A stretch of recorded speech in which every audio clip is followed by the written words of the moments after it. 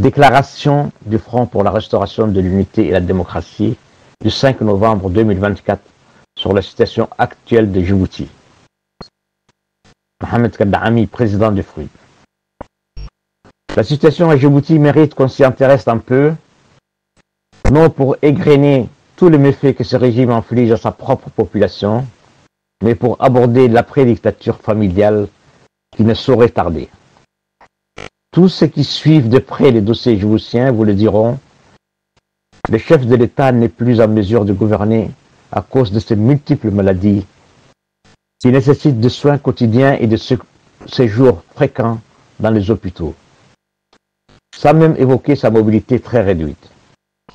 Certains signes indiquent que la course à sa succession est lancée à toute vitesse, comme par exemple la nomination dans la précipitation d'un fidèle du régime au poste du président de la Cour suprême, Jama Suleiman, qui est censé assurer l'intérim de la présidence en cas de vacance de pouvoir. Car en cette année de dictature dynastique a abouti à une bordélisation de ce petit pays.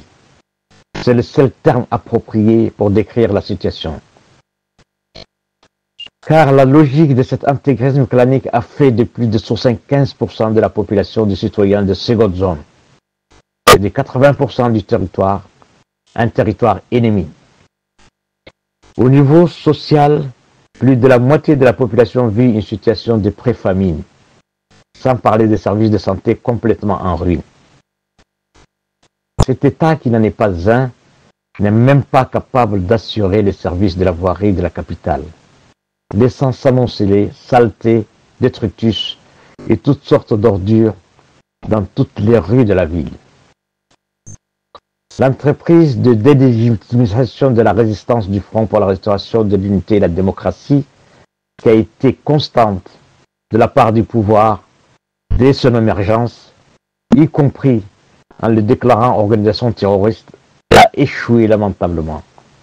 Car ce qui compte en dernière analyse, c'est la constance de sa lutte, c'est la constance de sa ligne politique et le respect scrupuleux des valeurs morales et de la dignité humaine qu'il incarne. Pour beaucoup, la continuation de la résistance après l'accord de paix de 2001 relevait de la gageure. Force est de constater que les combattants de FRUD ont relevé les défis.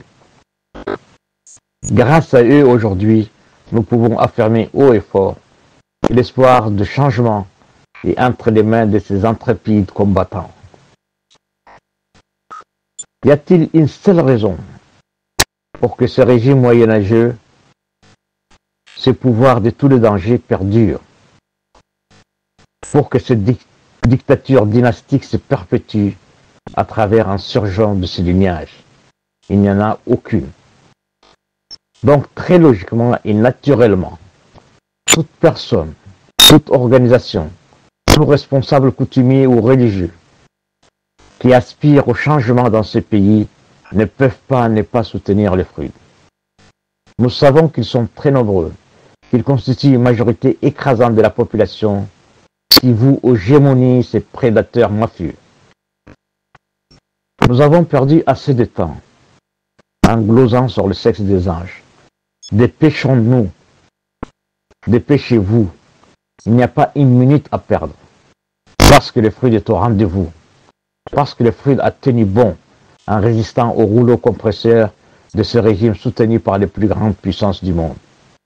Le FRUD, fort de sa résistance inouïe et de sa résilience, est l'outil idoine pour changer le cours des choses.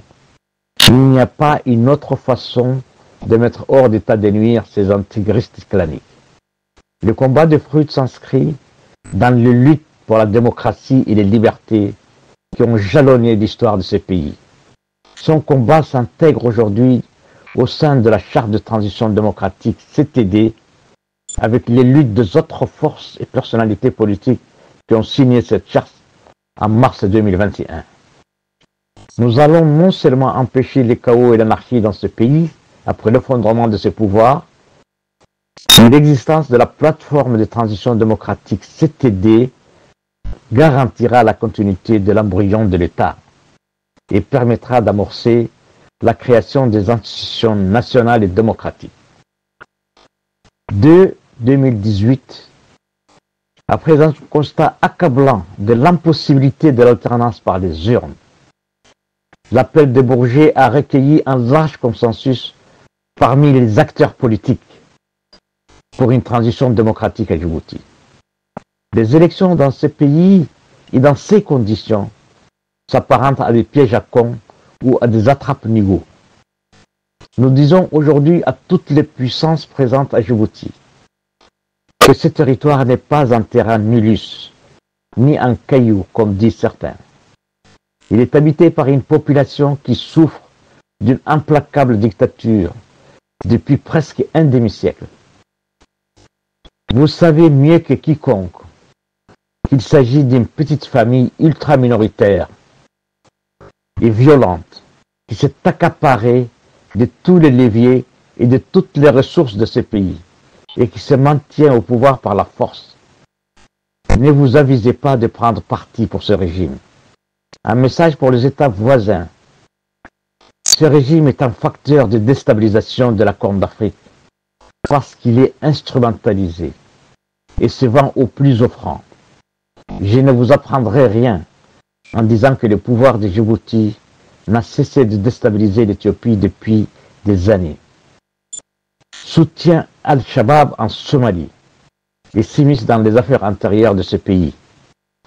Et intervenu militairement au Somaliland. Et il a même fait la guerre par procuration à l'Érythrée en 2008.